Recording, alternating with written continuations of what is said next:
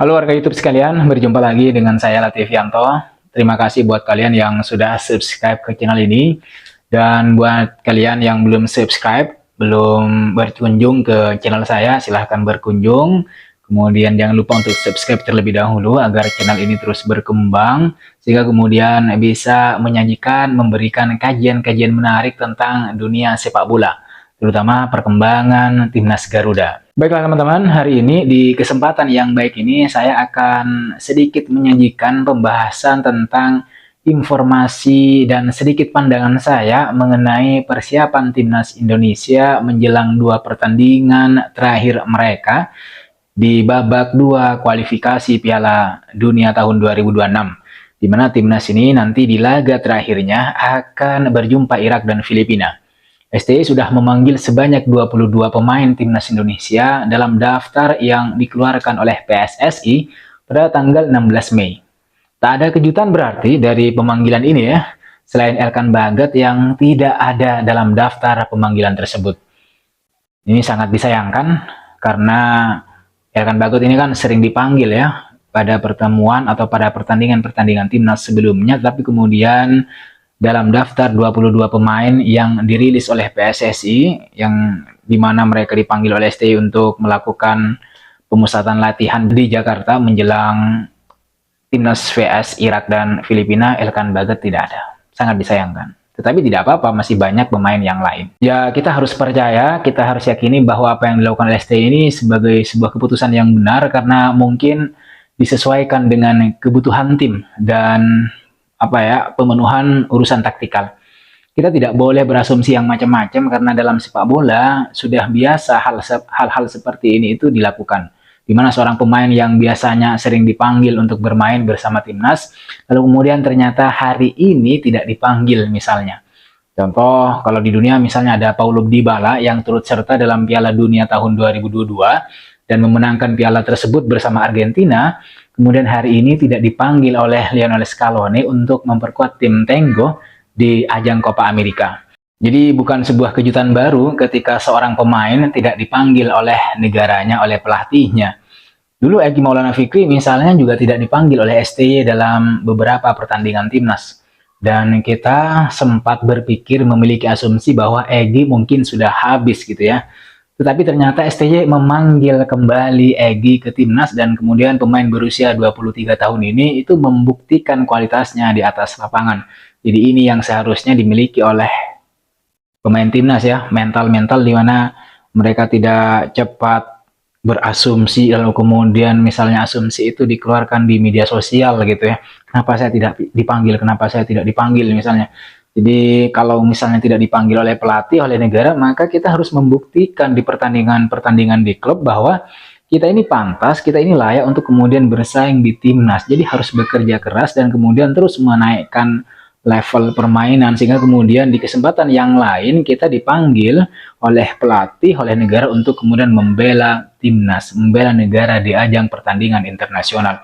Dan itu yang menurut saya perlu kita acungi jempol bagi pemain-pemain seperti Egy atau yang lain yang kalau tidak dipanggil oleh timnas itu ya santai, kalem, tetapi kemudian berjalan di arus bawah terus menaikkan level permainan. Jadi sebelum nanti bermain tanggal 6 Juni dalam kualifikasi Piala Dunia, timnas ini akan lebih dulu melakukan uji coba melawan Tanzania pada tanggal 2 Juni. Tanzania ini itu bertengger di peringkat 119 FIFA, sementara Indonesia saat ini berada di peringkat 134. Bisa dibilang Tanzania ini bukan tim yang main-main. Nah, untuk mematangkan persiapannya, timnas akan berkumpul pada tanggal 27 Mei. Meskipun beberapa pemain seperti misalnya Shane Patinama, kemudian Ragnar dan Elkan Bagot sudah datang lebih dulu, walaupun Elkan Bagot nggak dipanggil ya. Dan menurut kabar yang saya dengar, yang saya peroleh dari beberapa sumber informasi, Tom Haye, kemudian Ivar Jenner, lalu Rafael Struijk dan Nathan itu nanti akan bertolak ke Indonesia pada tanggal 26 Mei dalam satu penerbangan. Sementara itu untuk Jay Itzes kemungkinan agak telat datangnya karena dia dan timnya Venezia itu harus melakoni laga playoff agar lolos ke Serie A Italia. Apalagi dalam hasil pertandingan terbaru di semifinal, Venezia ini mampu menghentikan perjuangan Palermo dengan agregat 3-1. Di mana hasil ini kemudian pasti ya Dan sudah pasti itu mengantarkan Venezia melaju ke tiket final playoff promosi Serie A. Tentu saja kondisi ini akan memaksa Jay Itzes baru bisa bergabung dengan timnas itu setelah tanggal 2 Juni. Dan itu memungkinkan Jay Itzes tidak bisa membela Indonesia saat melakukan uji coba melawan Tanzania. Tapi tidak apa-apa ya, yang terpenting kan Jay Itzes dan Venezia itu lolos ke Serie A, kita lihat, dan dia masih bisa bermain saat timnas bertanding melawan Irak dan Filipina.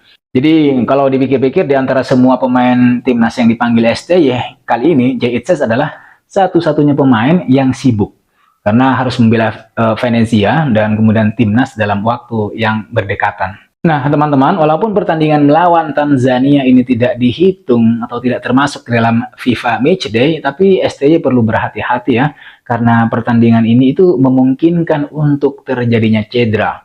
Tapi memang pertandingan uji coba ini sangat diperlukan untuk menguji kesiapan pemain timnas untuk kemudian berlaga terutama pada tanggal 6 Juni nanti. Apalagi ada beberapa pemain yang saat ini itu masih libur dari kompetisi, sehingga perlu pertandingan uji coba untuk melihat kesiapan fisik para pemain. Kenapa perlu diuji fisiknya? Jadi nanti agar ketika kembali bergabung dengan timnas, fisik mereka prima. Itu yang pertama. Yang kedua, tentu saja STY ingin melihat sejauh mana chemistry antara pemain setelah mereka kembali ke klub masing-masing. Karena menghadapi Irak itu bukan hanya kemampuan individu ya, kemampuan dan kesiapan individu yang dibutuhkan, tetapi juga kerjasama sebagai sebuah tim. Kenapa? Karena kan sepak bola itu kan permainan tim, bukan permainan 1-2 orang, sehingga meskipun 1-2 orang mengeluarkan performa terbaik, kemudian yang 7 orang atau sisanya bermain loyo, maka ini sangat sulit untuk mendulang 3 poin atau kemenangan. Maka bagi tim-tim seperti Indonesia atau tim-tim lain yang skill pemainnya rata-rata gitu ya, artinya tidak sekelas Haaland di City misalnya atau Messi di Inter Miami, maka kerjasama tim itu sangat diperlukan menjadi syarat mutlak. Itu yang akan dibentuk STY pada permainan melawan Tanzania di laga uji coba ini. Paling tidak STY ingin melihat sejauh mana para pemainnya itu siap secara fisik dan mampu melakukan kerjasama tim di lapangan. Maka hasil apapun nanti ketika melawan Tanzania itu tidak begitu penting, tidak terlalu penting, baik secara skor terutama karena pertandingan maha pentingnya itu adalah pada tanggal 6 dan 11 Juni. Ini FIFA Matchday yang sebenarnya, yang punya nilai penting, yang istimewa, yang berpotensi bisa semakin menaikkan peringkat Indonesia di ranking FIFA. Di pertandingan melawan Indonesia, walaupun Irak sudah memastikan lolos ke babak 3 kualifikasi Piala Dunia, Irak tentu tidak mau kehilangan muka di hadapan pendukung Indonesia. Walau bagaimanapun, Irak tetap akan mempertahankan rekor tak terkalahkan mereka selama babak 2 kualifikasi. Irak bisa saja bersantai, teman-teman.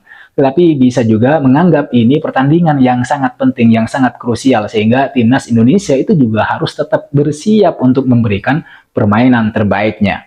Mau tidak mau, harus diakui teman-teman bahwa kita hanya butuh 3 poin lagi untuk kemudian melaju ke babak 3 kualifikasi dengan aman dan tanpa kekhawatiran ditikung oleh Vietnam maupun Filipina.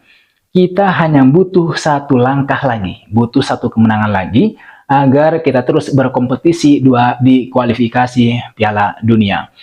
Saya kira kesempatan seperti ini kan tidak akan pernah datang lagi ya, kecuali nanti 4 tahun kemudian atau 5 tahun kemudian. Terutama untuk mencatatkan sejarah tampil di babak 3 kualifikasi. Karena timnas Indonesia belum pernah tuh berhasil melaju ke babak 3. Seingat saya di Asia Tenggara itu hanya ada 2 tim yang mampu melaju ke babak 3 kualifikasi, yaitu Thailand di tahun 2018 dan Vietnam di tahun 2022. Meskipun pada akhirnya mereka hanya menempati posisi juru kunci di babak 3 kualifikasi. Nah, saat ini satu-satunya tim Asia Tenggara yang 70% sampai 80% memiliki peluang untuk tampil di babak 3 kualifikasi itu hanya Indonesia. Thailand ya masih 50-50 ya, apalagi Vietnam yang tidak sampai 50% peluangnya. Tapi apapun itu masih bisa berubah, apapun masih bisa terjadi, dan oleh sebab itu timnas harus terus menjaga peluang lolos dengan cara memenangkan satu saja pertandingan nanti ketika melawan Irak maupun Filipina. Nah, menjelang pertandingan melawan Irak maupun Filipina ini, teman-teman masyarakat Indonesia, saya kira para pecinta sepak bola itu sudah tidak sabar menunggu pemain-pemain timnas ini berkumpul pada tanggal 27 Mei untuk melakukan pemusatan latihan di Jakarta. Kita baru 1-2 kali melihat permainan timnas yang berbeda di bawah asuhan STY dengan materi-materi pemain seperti Tom Haye, kemudian ada Ragnar dan Jay Itzes, di mana saat itu mereka hanya memiliki waktu sebentar untuk saling kenal di timnas bersama pemain-pemain yang lain. Kita tentu tidak bisa membayangkan ya apa yang akan terjadi jika timnas yang rata-rata usianya masih muda ini sudah lama berkumpul dan mengenal satu sama lain. Bukan hanya di atas lapangan tetapi juga di luar lapangan. Kita bisa membayangkan kalau mereka sudah menyatu gitu, timnas yang akan bermain lebih kuat saya kira dan bisa menantang siapa saja tim yang ada di babak 3 kualifikasi Piala Dunia tahun 2026. Jadi poin penting di sini adalah bukan hanya kemampuan individu, kualitas individu, tetapi bagaimana mereka saling mengenal satu sama lain sebagai sesama pemain timnas, lalu kemudian membangun chemistry bukan hanya di luar lapangan, tetapi juga yang terpenting, yang terutama adalah di atas lapangan. Sehingga kemudian kalau chemistry itu sudah terbentuk, maka mereka akan bisa bekerja sebagai sebuah tim, bermain sebagai sebuah tim.